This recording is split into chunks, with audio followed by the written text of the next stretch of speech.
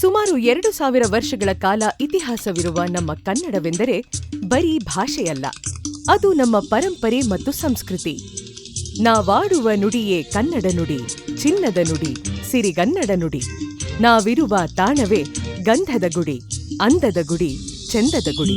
ರಾಜ ಮಹಾರಾಜರು ಸಹ ತಮ್ಮ ಆಡಳಿತದ ಕಾಲಾವಧಿಯಲ್ಲಿ ಕನ್ನಡ ನಾಡು ನುಡಿ ಉಳಿಸಿ ಬೆಳೆಸಿಕೊಂಡು ಬಂದಿರುವಂತೆ, ಜಾತಿ ಯಾವುದಾದರೇನು, ಧರ್ಮ ಯಾವುದಾದರೇನು, ಕನ್ನಡ ಮತ್ತು ಕರ್ನಾಟಕದ ಮೇಲೆ ಅಭಿಮಾನವಿರುವ ಪ್ರತಿಯೊಬ್ಬನೂ ಕನ್ನಡಿಗನೇ ಎಂಬ ಉದ್ದೇಶದಿಂದ ಒಂದೇ ನಾಡು, ಒಂದೇ ಕುಲ, ಒಂದೇ ದೈವ ಎಂಬ ತತ್ವದಡಿಯಲ್ಲಿ ಕನ್ನಡ ನಾಡು, ನುಡಿ, ನೆಲ, ಜಲ, ಭಾಷೆ, ಶಿಕ್ಷಣ, ರೈತರ, ಯೋಧರ, ಮಹಿಳೆಯರ, ಕಾರ್ಮಿಕರ, ದೀನ ದಲಿತರ ಪರವಾಗಿ ಕಳೆದ ಕೆಲವು ದಶಕಗಳಿಂದ ಚಳುವಳಿಗಳನ್ನು ರೂಪಿಸಿದ ಅನುಭವಿಗಳ, ಬುದ್ಧಿಜೀವಿಗಳ, ಪರಿಸರವಾದಿಗಳ, ಸಾಹಿತಿಗಳ, ಲೇಖಕರ, ಎಲ್ಲ ವರ್ಗದ ಹೋರಾಟಗಾರರ, ಸ್ವಾಭಿಮಾನಿ ಕಾರ್ಯಕರ್ತರ ಜೊತೆಯಲ್ಲಿ ಪರಿಸರವಾದಿಗಳು, ಕನ್ನಡಪರ ಹೋರಾಟಗಾರರು ಮತ್ತು ಸಂಸ್ಥಾಪಕ ಅಧ್ಯಕ್ಷರಾದ ಬಿ. ಗುಣರಂಜನ್ ಶೆಟ್ಟಿಯವರ ಸಾರಥ್ಯದಲ್ಲಿ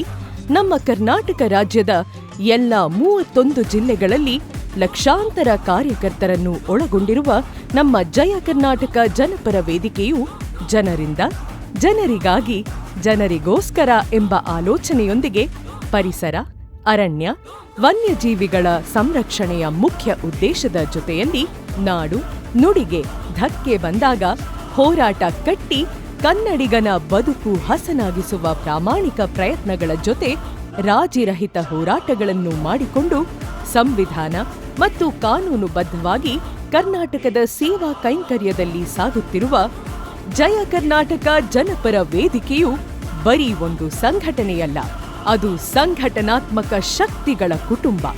ಇಷ್ಟೆಲ್ಲ ಸದುದ್ದೇಶಗಳಿಂದ ಪ್ರಾರಂಭವಾದ ಜಯ ಕರ್ನಾಟಕ ಜನಪರ ವೇದಿಕೆಯ ಬೆನ್ನೆಲುಬಾಗಿ ನಿಂತವರೇ ಬೆಳ್ಳಿಪಾಡಿ ಕುಟುಂಬದ ವಿಠ್ಠಲ್ ಶೆಟ್ಟಿ ಹಾಗೂ ಪ್ರಫುಲ್ಲ ಶೆಟ್ಟಿ ದಂಪತಿಗಳ ದ್ವಿತೀಯ ಪುತ್ರ, ದಕ್ಷಿಣ ಭಾರತದ ಸುಪ್ರಸಿದ್ಧ ನಟಿ, ಅರುಂಧತಿ, ಭಾಗಮತಿ, ಬಾಹುಬಲಿ, ಘಾಟಿ ಚಲನಚಿತ್ರದ ಖ್ಯಾತಿಯ ಅನುಷ್ಕಾ ಶೆಟ್ಟಿರವರ ಅಣ್ಣ ಹಾಗೂ ಪ್ರಸಿದ್ಧ ದಂತವೈದ್ಯ ಸಾಯಿ ರಮೇಶ್ ಶೆಟ್ಟಿರವರ ಸಹೋದರ, ಯುವಕರ ಆಶಾಕಿರಣ, ಸದಾ ಹಸನ್ಮುಖಿ, ನಮ್ಮ ನಿಮ್ಮೆಲ್ಲರ ನೆಚ್ಚಿನ ಅಣ್ಣ, ಭಾರತೀಯ ಕುಸ್ತಿ ಸಂಘದ ಜಂಟಿ ಕಾರ್ಯದರ್ಶಿಗಳು, ಕರ್ನಾಟಕ ಕುಸ್ತಿ ಸಂಘದ ಅಧ್ಯಕ್ಷರು, ಜಯ ಕರ್ನಾಟಕ ಜನಪರ ವೇದಿಕೆ, ಐಕೇರ್ ಬ್ರಿಗೇಡ್, ಐಕೇರ್ ಫೌಂಡೇಶನ್ ಹಾಗೂ ಶ್ರೀ ಮಹಾಲಿಂಗೇಶ್ವರ ಸೇವಾ ಟ್ರಸ್ಟ್ನ ಸಂಸ್ಥಾಪಕರು, ಪರಿಸರವಾದಿಗಳು, ಶ್ರೀ ಬೆಳ್ಳಿಪಾಡಿ ಗುಣರಂಜನ್ ಶೆಟ್ಟಿ.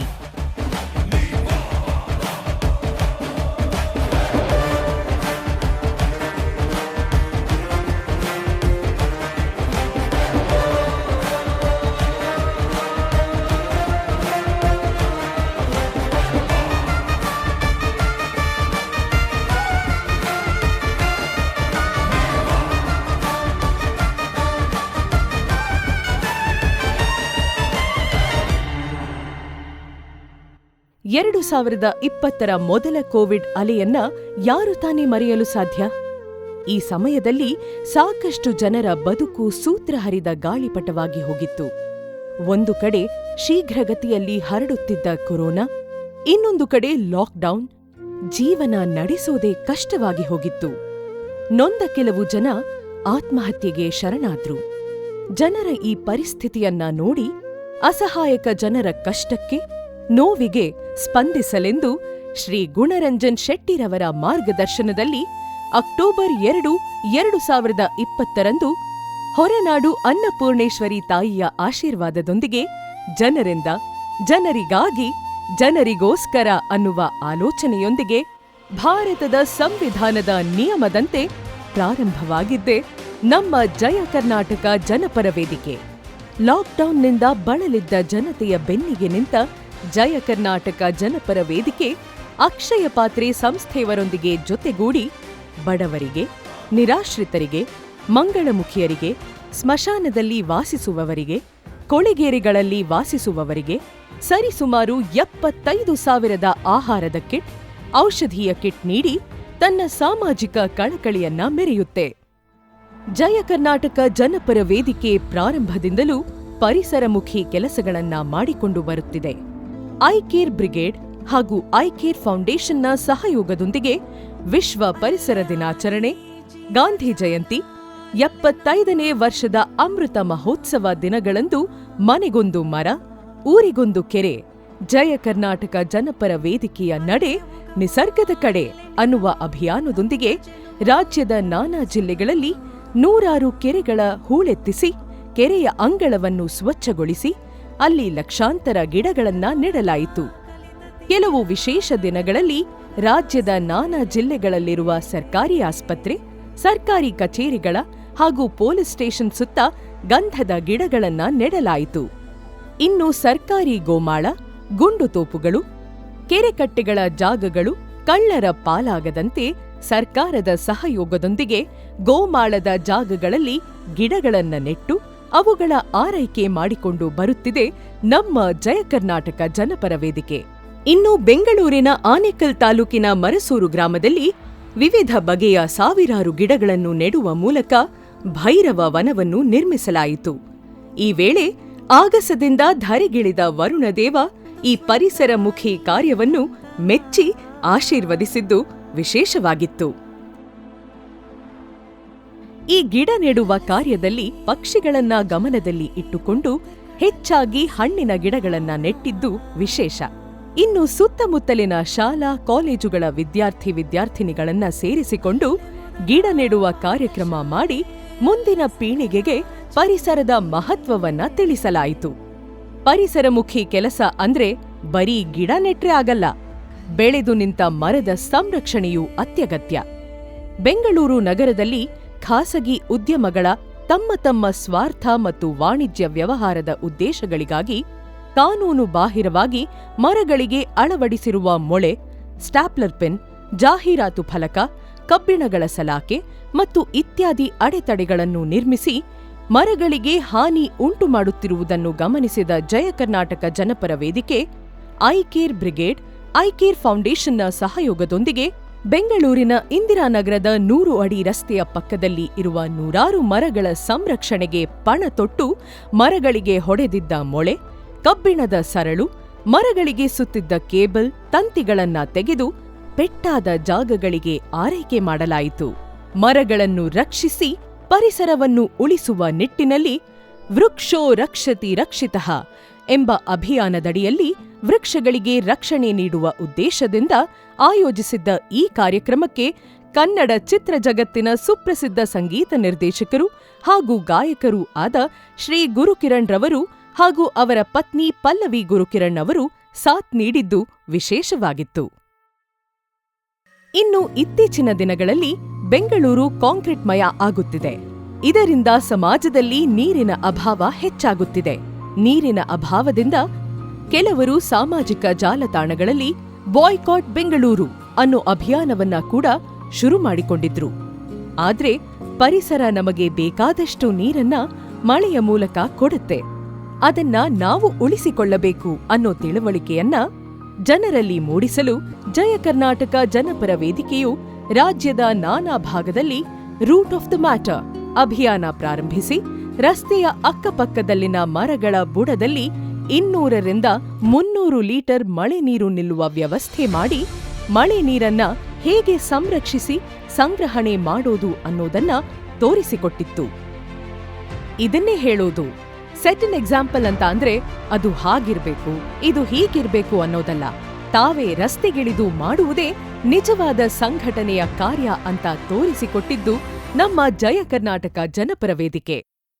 ಇತ್ತೀಚೆಗೆ ಕಾಶ್ಮೀರದ ಪೆಹಲ್ಗಾಂನಲ್ಲಿ ಉಗ್ರರ ದಾಳಿಯಿಂದ ಸಿಂಧೂರವನ್ನು ಕಳೆದುಕೊಂಡ ನಮ್ಮ ಹೆಣ್ಣು ಮಕ್ಕಳಿಗೆ ಮತ್ತು ಆಪರೇಷನ್ ಸಿಂಧೂರ ಹೆಸರಿನಲ್ಲಿ ಕಾರ್ಯಾಚರಣೆ ನಡೆಸಿ ಉಗ್ರರ ಅಡಗು ತಾಣವನ್ನೇ ಧ್ವಂಸ ಮಾಡಿದ ವೀರ ಯೋಧರಿಗೆ ಗೌರವ ಸೂಚಿಸುವ ಮುಖ್ಯ ಉದ್ದೇಶದಿಂದ ನಮ್ಮ ಜಯ ಕರ್ನಾಟಕ ಜನಪರ ವೇದಿಕೆಯ ವತಿಯಿಂದ ರಾಜ್ಯದಾದ್ಯಂತ ಸಿಂಧೂರವನ ಎಂಬ ಹೆಸರಿನಲ್ಲಿ ವಿವಿಧ ಬಗೆಯ ಗಿಡಗಳನ್ನು ನೆಡುವ ಮೂಲಕ ಪರಿಸರ ದಿನಾಚರಣೆಯನ್ನು ಅತ್ಯಂತ ಅರ್ಥಪೂರ್ಣವಾಗಿ ಆಚರಿಸಲಾಯಿತು.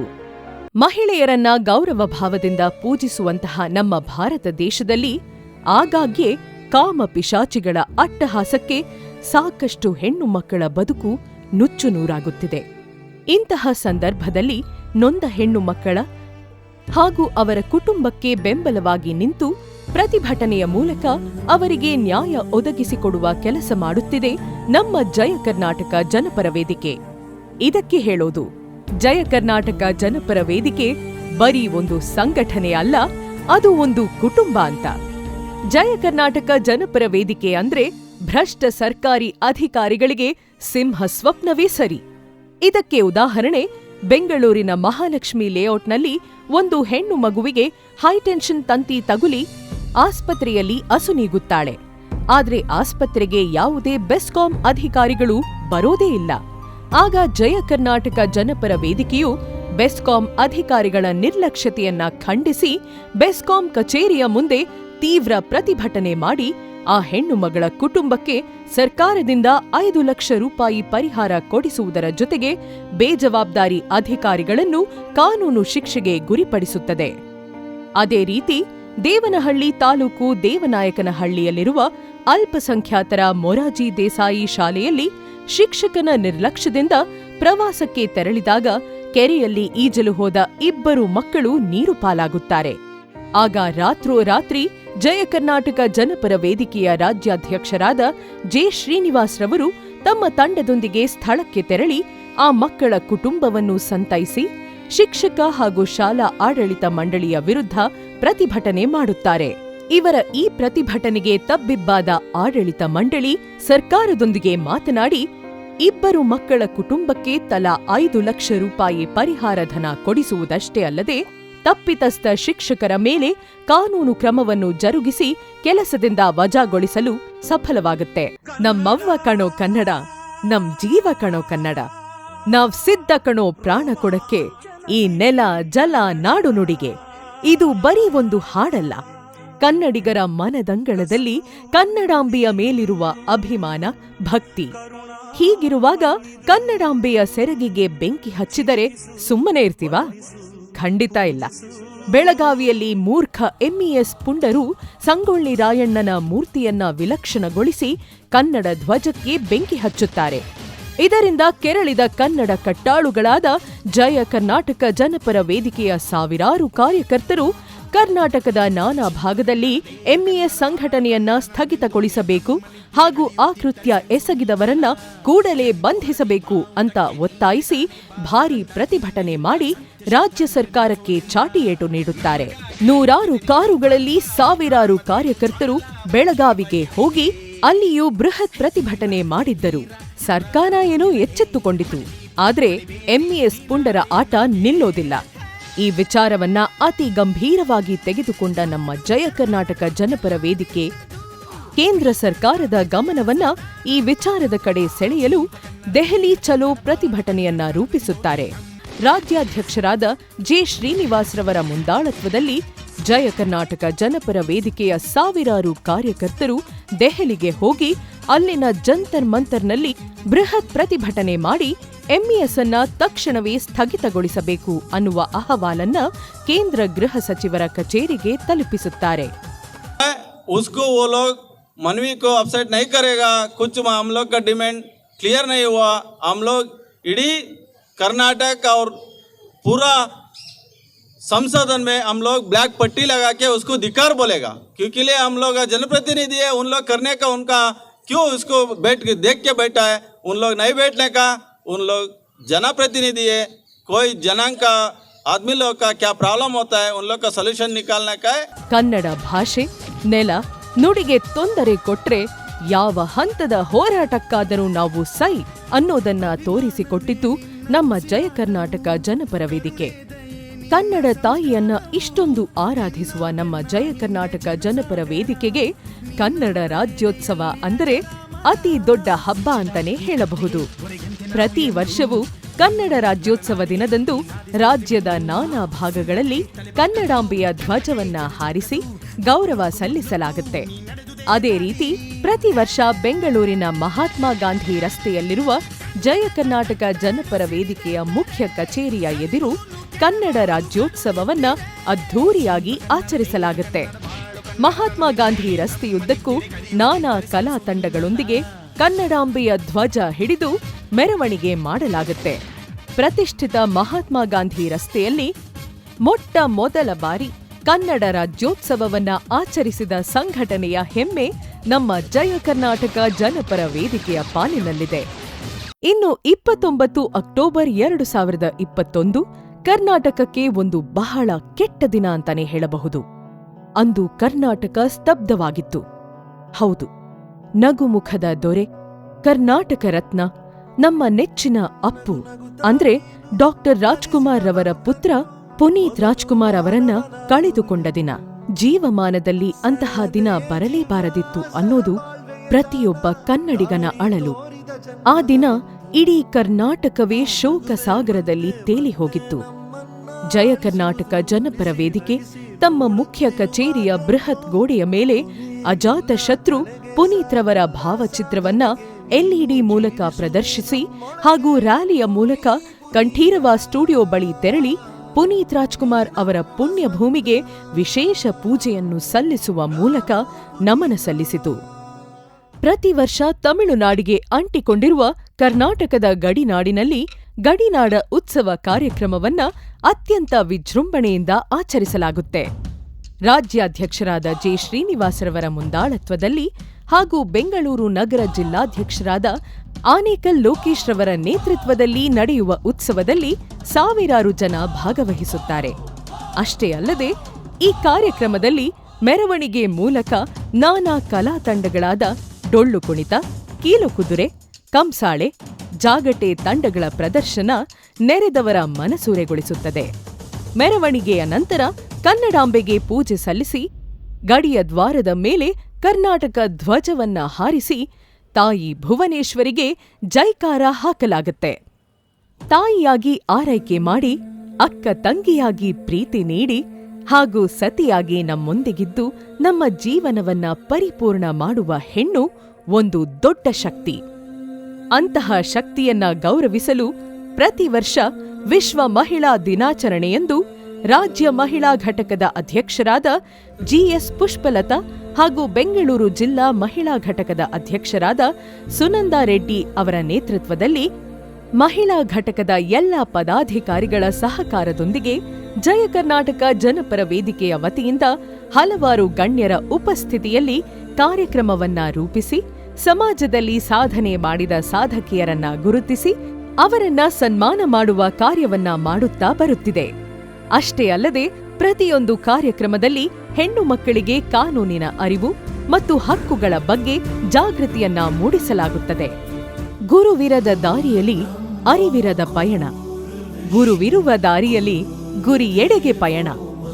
ಗುರು ಅಥವಾ ಶಿಕ್ಷಕ ನಮ್ಮ ಜೀವನದಲ್ಲಿ ಅತಿ ಮುಖ್ಯ ವ್ಯಕ್ತಿ. ಸದೃಢ ಹಾಗೂ ಸ್ವಾವಲಂಬಿ ಸಮಾಜದ ನಿರ್ಮಾಣದಲ್ಲಿ ಗುರುವಿನ ಪಾತ್ರ ಬಹಳ ಮುಖ್ಯ. ಜಯ ಕರ್ನಾಟಕ ಜನಪರ ವೇದಿಕೆಯು ಪ್ರತಿ ವರ್ಷ ಅಂತಹ ಗುರು ಅಥವಾ ಶಿಕ್ಷಕರ ದಿನಾಚರಣೆಯನ್ನ ಸಾಕಷ್ಟು ಅರ್ಥಪೂರ್ಣವಾಗಿ ಆಚರಿಸುತ್ತದೆ. ಪ್ರತಿ ವರ್ಷ ರಾಜ್ಯದ ಪ್ರತಿಯೊಂದು ಜಿಲ್ಲೆಯ ಸುಮಾರು ಶಿಕ್ಷಕರನ್ನ ಬರಮಾಡಿಕೊಂಡು ಅವರನ್ನ ಸನ್ಮಾನಿಸಿ ಗೌರವಿಸಲಾಗುತ್ತೆ. ಸಾಕ್ಷಾತ್ ಬ್ರಹ್ಮನಿಂದ ಸೃಷ್ಟಿಯಾದ ಲೋಪಮುದ್ರೆ ಅರ್ಥಾತ್ ಕಾವೇರಿ ತಾಯಿ ನೀರಾಗಿ ಹರಿದು ಕೃಷಿಕನಿಗೆ ಫಲವತ್ತಾದ ಬೆಳೆ ನೀಡಿ ಸಾಮಾನ್ಯ ಜನರ ದಾಹ ತೀರಿಸುತ್ತಿದ್ದಾಳೆ. ಆದರೆ ಕಾವೇರಿ ನೀರಿಗಾಗಿ ತಮಿಳುನಾಡು ಪದೇ ಪದೇ ಕ್ಯಾತೆ ತೆಗಿತಾನೆ ಇರುತ್ತೆ. ತಮಿಳುನಾಡು ಕ್ಯಾತೆ ತೆಗೆದಾಗಲೆಲ್ಲ ಜಯ ಕರ್ನಾಟಕ ಜನಪರ ವೇದಿಕೆಯು ರಸ್ತೆಗಿಳಿದು ಹೋರಾಟ ಮಾಡಿ ರಾಜಕಾರಣಿಗಳ ಕಣ್ಣು ತೆರೆಸುವ ಕೆಲಸ ಮಾಡಿಕೊಂಡು ಬರುತ್ತಿದೆ. ಈ ವಿಚಾರವಾಗಿ ಜಯ ಕರ್ನಾಟಕ ಜನಪರ ವೇದಿಕೆಯ ಕಾರ್ಯಕರ್ತರು ಸಾಕಷ್ಟು ಬಾರಿ ಬಂಧನಕ್ಕೊಳಗಾಗಿದ್ದು ಕೂಡ ಉಂಟು. ಇನ್ನು ಜಯ ಕರ್ನಾಟಕ ಜನಪರ ವೇದಿಕೆಯು ಕರ್ನಾಟಕದ ಪ್ರತಿಯೊಂದು ಪ್ರದೇಶದಲ್ಲಿ ತನ್ನ ಸಂಘಟನೆಯನ್ನ ವೃದ್ಧಿಸಿದ್ದು, ತಮ್ಮ ಪದಾಧಿಕಾರಿಗಳನ್ನು ರಾಜ್ಯ ಮಟ್ಟದಲ್ಲಿ ಗುರುತಿಸಲು ರಾಜ್ಯ ಪದಾಧಿಕಾರಿಗಳ ಸಭೆ ಮಾಡಿ ಹೋಬಳಿ, ತಾಲೂಕು, ವಿಧಾನಸಭಾ ಕ್ಷೇತ್ರ, ಘಟಕ ಹಾಗೂ ಜಿಲ್ಲೆಯ ಅಧ್ಯಕ್ಷರುಗಳು ಹಾಗೂ ಪದಾಧಿಕಾರಿಗಳನ್ನ ಬೆಂಗಳೂರಿಗೆ ಬರಮಾಡಿಕೊಂಡು ಅಧಿಕಾರ ಸ್ವೀಕಾರ ಕಾರ್ಯಕ್ರಮ ಮಾಡಿ ಅವರನ್ನ ಗೌರವಿಸಲಾಗುತ್ತೆ. ನಾವು ಇಂದು ನಿಶ್ಚಿಂತೆಯಿಂದ ಜೀವನ ಮಾಡುತ್ತಿದ್ದೇವೆ ಅಂದ್ರೆ ಅದಕ್ಕೆ ಕಾರಣ ನಮ್ಮ ದೇಶದ ಸ್ವಾತಂತ್ರ್ಯಕ್ಕಾಗಿ ಹುತಾತ್ಮರಾದವರು, ನಮ್ಮ ಸೈನಿಕರು ಹಾಗೂ ನಮ್ಮ ರೈತರು. ಅವರನ್ನು ನೆನೆದು ಗೌರವಿಸುವ ಅಂಗವಾಗಿ ಪ್ರತಿ ವರ್ಷ ಸ್ವಾತಂತ್ರ್ಯ ದಿನಾಚರಣೆ, ಗಾಂಧಿ ಜಯಂತಿ, ಅಂಬೇಡ್ಕರ್ ಜಯಂತಿ, ವಿವೇಕಾನಂದ ಜಯಂತಿ, ಹುತಾತ್ಮ ದಿವಸ, ಕಾರ್ಗಿಲ್ ದಿವಸ, ರೈತರ ದಿನಾಚರಣೆ ದಿನದಂದು ಸಾಕಷ್ಟು ಕಾರ್ಯಕ್ರಮಗಳನ್ನ ಆಯೋಜಿಸಿ ಅವರ ಪುತ್ಥಳಿಗಳಿಗೆ ಪುಷ್ಪನಮನ ಸಲ್ಲಿಸಿ ಹಿರಿಯರನ್ನ ಗೌರವಿಸುವ ಕೆಲಸವನ್ನ ಮಾಡಿಕೊಂಡು ಬರುತ್ತಿದೆ. 1000 ಕೆರೆಗಳ ನಗರ ಎಂದೇ ಪ್ರಸಿದ್ಧಿ ಗಳಿಸಿದ್ದ ಹಾಗೂ ಕೆರೆಗಳ ನೀರಿನಿಂದಲೇ ತನ್ನೊಡಲ ನಾಗರಿಕರ ದಾಹ ತೀರಿಸುತ್ತಿದ್ದ ಉದ್ಯಾನ ನಗರಿ ಬೆಂಗಳೂರು ನಗರ ಹಾಗೂ ಗ್ರಾಮೀಣ ಭಾಗದಲ್ಲಿದ್ದ ಸಾವಿರಾರು ಕೆರೆಗಳ ಬಹುತೇಕ ಕೆರೆಗಳು ಒತ್ತುವರಿದಾರರ, ಭೂಮಾಫಿಯಾದವರ ಹಾಗೂ ಕೆಲವು ಬಿಲ್ಡರ್ಗಳ ಉಪಟಳದಿಂದ ತಮ್ಮ ಕುರುಹು ಉಳಿಸದಂತೆ ಮಾಯವಾಗಿದೆ. ಪ್ರಕೃತಿಯ ವಿರುದ್ಧವಾಗಿ ಮನುಷ್ಯ ನಡೆದು ಅಭಿವೃದ್ಧಿ ನೆಪದಲ್ಲಿ ಕೆರೆ ಕುಂಟೆ, ಹಳ್ಳ ಕೊಳ್ಳ, ರಾಜಕಾಲುವೆಗಳು, ಕಲ್ಯಾಣಿ ಪುಷ್ಕರಣಿಗಳನ್ನ ಹಾಳು ಮಾಡಿ ಕೆರೆ ಅಂಗಳವನ್ನೇ ಒತ್ತುವರಿ ಮಾಡಿ ನಗರೀಕರಣದ ಹೆಸರಿನಲ್ಲಿ 23ಕ್ಕೂ ಹೆಚ್ಚು ಕೆರೆಗಳನ್ನ ಮುಚ್ಚಿ ಬಸ್ ನಿಲ್ದಾಣ, ಕ್ರೀಡಾಂಗಣ, ಗಾಲ್ಫ್ ಕೋರ್ಸ್, ಉದ್ಯಾನ ಅಭಿವೃದ್ಧಿಪಡಿಸಿದರೆ ಉಳಿದಂತೆ 10 ಕೆರೆಗಳನ್ನು ಬಡಾವಣೆ ಅಭಿವೃದ್ಧಿ ಮೂಲಕ ಕೆರೆಗಳ ರಕ್ಷಕನ ಪಾತ್ರದಿಂದ ಭಕ್ಷಕ ಪಾತ್ರದತ್ತ ಜಾರಿ ಕೆರೆಗಳ ಸಂಪೂರ್ಣ ನಾಶಕ್ಕೆ ಕಾರಣವಾಗಿರುವ ಸಾಕಷ್ಟು ಉದಾಹರಣೆಗಳು ನಮಗೆಲ್ಲ ಕಾಣಸಿಗುತ್ತದೆ. ಪ್ರಮುಖವಾಗಿ ಕೆರೆಗಳಿಗೆ ನೀರು ಹರಿದು ಬರುವ ಮಾರ್ಗಗಳನ್ನು ಮುಚ್ಚಿದರಿಂದಲೇ ಇಂದು ಬೆಂಗಳೂರಿನಂತಹ ಮಹಾನಗರ ಮಳೆ ಬಂದಾಗ ನೀರಿನಲ್ಲಿ ಮುಳುಗುತ್ತದೆ. ಸಮಾಜದ ಸುಧಾರಣೆಯಲ್ಲಿ ಸದಾ ಮುಂಚೂಣಿಯಲ್ಲಿರುವ ಜಯ ಕರ್ನಾಟಕ ಜನಪರ ವೇದಿಕೆ ಸರ್ಕಾರಿ ಆಸ್ತಿಯನ್ನ ಒತ್ತುವರಿದಾರರು, ಭೂಮಾಫಿಯಾದವರು, ಬಿಲ್ಡರ್ಗಳು ಸೇರಿದಂತೆ ಕೆಲವು ಭೂಗಳ್ಳರಿಂದ ಮುಕ್ತಗೊಳಿಸಲು ಸರ್ಕಾರಿ ಜಾಗಗಳಾದ ಗೋಮಾಳ, ಗುಂಡುತೋಪು, ಕೆರೆ ಮತ್ತು ರಾಜಕಾಲುವೆಗಳ ಜಾಗವನ್ನು ಕಾನೂನು ಬಾಹಿರವಾಗಿ ಅತಿಕ್ರಮಣ ಮಾಡಿಕೊಂಡಿರುವುದನ್ನು ತೆರವುಗೊಳಿಸಿ ಬೆಂಗಳೂರು ಸೇರಿದಂತೆ ರಾಜ್ಯದ ಇತರೆ ಜಿಲ್ಲೆಗಳಲ್ಲಿರುವ ಸರ್ಕಾರಿ ಜಾಗವನ್ನು ರಕ್ಷಿಸಿ ನಗರದ ಖ್ಯಾತಿ ಉಳಿಸಲು ಇರುವ ಜನಸಾಮಾನ್ಯರ ನಂಬಿಕೆಯ ಏಕೈಕ ಸಂಸ್ಥೆಯಾದ ಗೌರವಾನ್ವಿತ ಲೋಕಾಯುಕ್ತ ನ್ಯಾಯಮೂರ್ತಿಗಳಿಗೆ ದೂರು ನೀಡಿ ಎಫ್ಐಆರ್ ದಾಖಲಿಸಿ ಭೂಗಳ್ಳರನ್ನ ಮಟ್ಟ ಹಾಕುವ ದಿಟ್ಟ ಕಾರ್ಯವನ್ನ ಮಾಡಿಕೊಂಡು ಬರುತ್ತಿದೆ. ಇತ್ತೀಚೆಗೆ ಚಾಮರಾಜನಗರ ಜಿಲ್ಲೆಯಲ್ಲಿ ತಾಯಿ ಹುಲಿ ಸೇರಿದಂತೆ 5 ಹುಲಿಗಳಿಗೆ ವಿಷಪ್ರಾಶನ ಮಾಡಿ ಹುಲಿಗಳ ಸಾವಿಗೆ ಮತ್ತು ಬನ್ನೇರುಘಟ್ಟ ರಾಷ್ಟ್ರೀಯ ಅರಣ್ಯ ಪ್ರದೇಶದಲ್ಲಿ ಜಿಂಕೆಗಳನ್ನು ಬೇಟೆಯಾಡಿ ಜಿಂಕೆಗಳ ಸಾವಿಗೆ ಕಾರಣಕರ್ತರಾದ ದುಷ್ಕರ್ಮಿಗಳ ಮತ್ತು ಇಲಾಖೆಯ ಬೇಜವಾಬ್ದಾರಿ ಅಧಿಕಾರಿಗಳ ವಿರುದ್ಧ ಹಾಗೂ ಕಾಡು ಪ್ರಾಣಿಗಳನ್ನು ಬೇಟೆಯಾಡುವವರ ಮೇಲೆ ಕಠಿಣ ಕಾನೂನು ಕ್ರಮಗಳನ್ನು ಅನುಷ್ಠಾನಗೊಳಿಸಿ ವನ್ಯಜೀವಿಗಳ ಸಾವಿಗೆ ನ್ಯಾಯ ಒದಗಿಸಲು ಮೂಕ ಪ್ರಾಣಿಗಳ ಧ್ವನಿಯಾಗಿ ಪ್ರಧಾನ ಮುಖ್ಯ ಅರಣ್ಯ ಸಂರಕ್ಷಣಾಧಿಕಾರಿ ವನ್ಯಜೀವಿ ಮತ್ತು ಮುಖ್ಯ ವನ್ಯಜೀವಿ ಪರಿಪಾಲಕರಾದ ಸುಭಾಷ್ ಕೆ ಮಾಲ್ಖೇಡೆ ಅವರಿಗೆ ಒತ್ತಾಯದ ಮನವಿಯನ್ನು ಸಲ್ಲಿಸಲಾಯಿತು. ಅತೀವ ದೈವ ಭಕ್ತರಾದ ಶ್ರೀಯುತ ಗುಣರಂಜನ್ ಶೆಟ್ಟಿರವರು ಶ್ರೀ ಮಹತೋಭಾರ ಮಹಾಲಿಂಗೇಶ್ವರ ಸೇವಾ ಟ್ರಸ್ಟ್ ವತಿಯಿಂದ ಟ್ರಸ್ಟಿನ ಸದಸ್ಯರು, ಹಿತೈಷಿಗಳು ಹಾಗೂ ಆತ್ಮೀಯ ಸ್ನೇಹಿತರ ಜೊತೆಗೂಡಿ ಪ್ರತಿ ವರ್ಷ ಮಹತೋಭಾರ ಶ್ರೀ ಮಹಾಲಿಂಗೇಶ್ವರ ಮಹಾಶಿವರಾತ್ರಿ ಕಾರ್ಯಕ್ರಮವನ್ನು ಎಲ್ಲಾ ದೇವಸ್ಥಾನಗಳಲ್ಲಿ ನಡೆಯುವ ಪೂಜೆ ಪುನಸ್ಕಾರದಂತೆ ಆಚರಿಸುತ್ತಾ ಬರುತ್ತಿದೆ. ಮಹತೋಭಾರ ಶ್ರೀ ಮಹಾಲಿಂಗೇಶ್ವರ ಮಹಾಶಿವರಾತ್ರಿಯಲ್ಲಿ ಮಹಾಲಿಂಗೇಶ್ವರ ಶಿವಲಿಂಗಕ್ಕೆ ಪ್ರಾಣ ಪ್ರತಿಷ್ಠಾಪನೆ ಮಾಡಿ, ಹೋಮ ಹವನ ಮಾಡಿ, ವಿವಿಧ ಬಗೆಯ ಪೂಜೆಯನ್ನ ಸಲ್ಲಿಸಲಾಗುತ್ತದೆ. ಇನ್ನು ಈ ಸಮಯದಲ್ಲಿ ಶ್ರೀವಚನ, ರಥೋತ್ಸವ ನಡೆಯುತ್ತದೆ. ಶಿವರಾತ್ರಿಯ ಜಾಗರಣೆಯ ಸಮಯದಲ್ಲಿ ನಾನಾ ಬಗೆಯ ಕಲಾ ತಂಡಗಳು ತಮ್ಮ ಕಲಾ ಪ್ರದರ್ಶನ ನೀಡುತ್ತವೆ. ಅದರಲ್ಲೂ ಈ ಕಾರ್ಯಕ್ರಮಕ್ಕೆ ಆಗಮಿಸುವ ಲಕ್ಷಾಂತರ ಭಕ್ತರಿಗೆ ಉಚಿತವಾಗಿ ಶಿವರಾತ್ರಿಯ ಸಂಪೂರ್ಣ 24 ಗಂಟೆ ಸಿರಿಧಾನ್ಯದಿಂದ ತಯಾರಿಸಿದ ಉಪಹಾರವನ್ನ ನೀಡಲಾಗುತ್ತೆ. ಈ ಕಾರ್ಯಕ್ರಮಕ್ಕೆ ಅನೇಕ ರಾಜಕಾರಣಿಗಳು, ಚಲನಚಿತ್ರ ನಟನಟಿಯರು, ಸಮಾಜ ಸೇವಕರು ಹಾಗೂ ಸರ್ಕಾರಿ ಅಧಿಕಾರಿಗಳು ಆಗಮಿಸಿ ಮಹಾಲಿಂಗೇಶ್ವರನ ಕೃಪೆಗೆ ಪಾತ್ರರಾಗುತ್ತಾರೆ.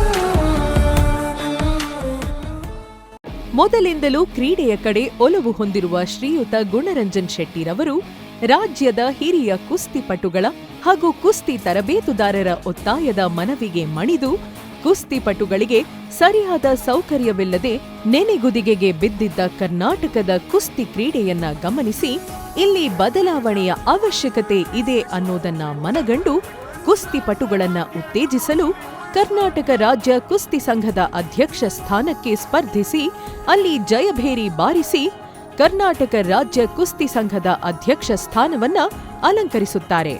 ಯಾವಾಗಿಂದ ಗುಣರಂಜನ್ ಶೆಟ್ಟಿರವರು ಕರ್ನಾಟಕ ರಾಜ್ಯ ಕುಸ್ತಿ ಸಂಘದ ಅಧ್ಯಕ್ಷರಾಗುತ್ತಾರೋ ಕರ್ನಾಟಕ ರಾಜ್ಯ ಕುಸ್ತಿ ಸಂಘದ ದಿಕ್ಕೆ ಬದಲಾಗಿ ಹೋಗುತ್ತೆ. ಹಿಂದೆಂದೂ ಮಾಡಿರದ ಸಾಧನೆಯನ್ನ ಮಾಡಿ ಸಾಕಷ್ಟು ಚಿನ್ನದ, ಬೆಳ್ಳಿಯ ಹಾಗೂ ರಜಕದ ಪದಕಗಳನ್ನ ತನ್ನ ತೆಕ್ಕೆಗೆ ಹಾಕಿಕೊಳ್ಳುವುದರ ಜೊತೆಗೆ ದೇಶದಲ್ಲಿ 16ನೇ ಸ್ಥಾನದಲ್ಲಿದ್ದ ಕರ್ನಾಟಕ ಕುಸ್ತಿ ತಂಡವು 7ನೇ ಸ್ಥಾನಕ್ಕೆ ಬಂದಿರುವುದು ಇತಿಹಾಸವೇ ಸರಿ. ಕರ್ನಾಟಕ ಕುಸ್ತಿ ಸಂಘದ ಬೆಳವಣಿಗೆಯನ್ನ ಕಂಡ ಭಾರತೀಯ ಕುಸ್ತಿ ಸಂಘದ ಪದಾಧಿಕಾರಿಗಳು ಭಾರತೀಯ ಕುಸ್ತಿ ಸಂಘದ ಚುನಾವಣೆಯಲ್ಲಿ ಸ್ಪರ್ಧಿಸುವಂತೆ ಮನವಿ ಮೇರೆಗೆ ಜಂಟಿ ಕಾರ್ಯದರ್ಶಿ ಸ್ಥಾನಕ್ಕೆ ಸ್ಪರ್ಧಿಸಿ ಅಲ್ಲಿಯೂ ಜಯಗಳಿಸುತ್ತಾರೆ. ಕರ್ನಾಟಕದಲ್ಲಿ ಪ್ರಪ್ರಥಮ ಬಾರಿ ಹಿರಿಯರ ರಾಷ್ಟ್ರೀಯ ಮಟ್ಟದ ಕುಸ್ತಿ ಪಂದ್ಯಾವಳಿಯನ್ನ ಆಯೋಜಿಸಿ ಅದನ್ನ ಯಶಸ್ವಿಗೊಳಿಸಿದ ಸಾಧನೆಯನ್ನ ತಮ್ಮ ಮುಡಿಗೆ ಏರಿಸಿಕೊಳ್ಳುತ್ತಾರೆ. ಅಷ್ಟೇ ಅಲ್ಲದೆ ದಕ್ಷಿಣ ಭಾರತದ ಕುಸ್ತಿ ಸಂಘದ ಉಪಾಧ್ಯಕ್ಷ ಸ್ಥಾನಕ್ಕೆ ಸ್ಪರ್ಧಿಸಿ ಜಯಗಳಿಸಿ ದಕ್ಷಿಣ ಭಾರತದ ಕುಸ್ತಿ ಸಂಘದ ಉಪಾಧ್ಯಕ್ಷ ಸ್ಥಾನವನ್ನ ಅಲಂಕರಿಸುತ್ತಾರೆ. ನಂತರ ಭಾರತೀಯ ಬೀಚ್ ಕುಸ್ತಿ ಅಸೋಸಿಯೇಷನ್ನ ಚೇರ್ಮನ್ ಆಗಿ ಆಯ್ಕೆಯಾದ ಶ್ರೀ ಗುಣರಂಜನ್ ಶೆಟ್ಟಿರವರು ಮಂಗಳೂರಿನಲ್ಲಿ ತಪಸ್ಯಾ ಬೀಚ್ ಫೆಸ್ಟಿವಲ್ ಅನ್ನೋ ಕಾರ್ಯಕ್ರಮದಲ್ಲಿ ಪ್ರಪ್ರಥಮ ಬೀಚ್ ಕುಸ್ತಿ ಪಂದ್ಯಾವಳಿಯನ್ನ ಆಯೋಜಿಸಿ ಯಶಸ್ವಿಗೊಳಿಸುತ್ತಾರೆ. ಪ್ಯಾರಿಸ್ನಲ್ಲಿ ನಡೆದ 2024ರ ಒಲಿಂಪಿಕ್ನಲ್ಲಿ ಭಾರತೀಯ ಕುಸ್ತಿ ಸಂಘದ ಅಧ್ಯಕ್ಷರಾದ ಶ್ರೀ ಸಂಜಯ್ ಸಿಂಗ್ ಅವರೊಂದಿಗೆ ಸಂಘದ ಪ್ರತಿನಿಧಿಯಾಗಿ ಕರ್ನಾಟಕದಿಂದ ತೆರಳಿದ್ದ ಗುಣರಂಜನ್ ಶೆಟ್ಟಿರವರು ಭಾರತವನ್ನ ಪ್ರತಿನಿಧಿಸುತ್ತಿದ್ದ ಕುಸ್ತಿಪಟುಗಳನ್ನ ಹುರಿದುಂಬಿಸಿದರು.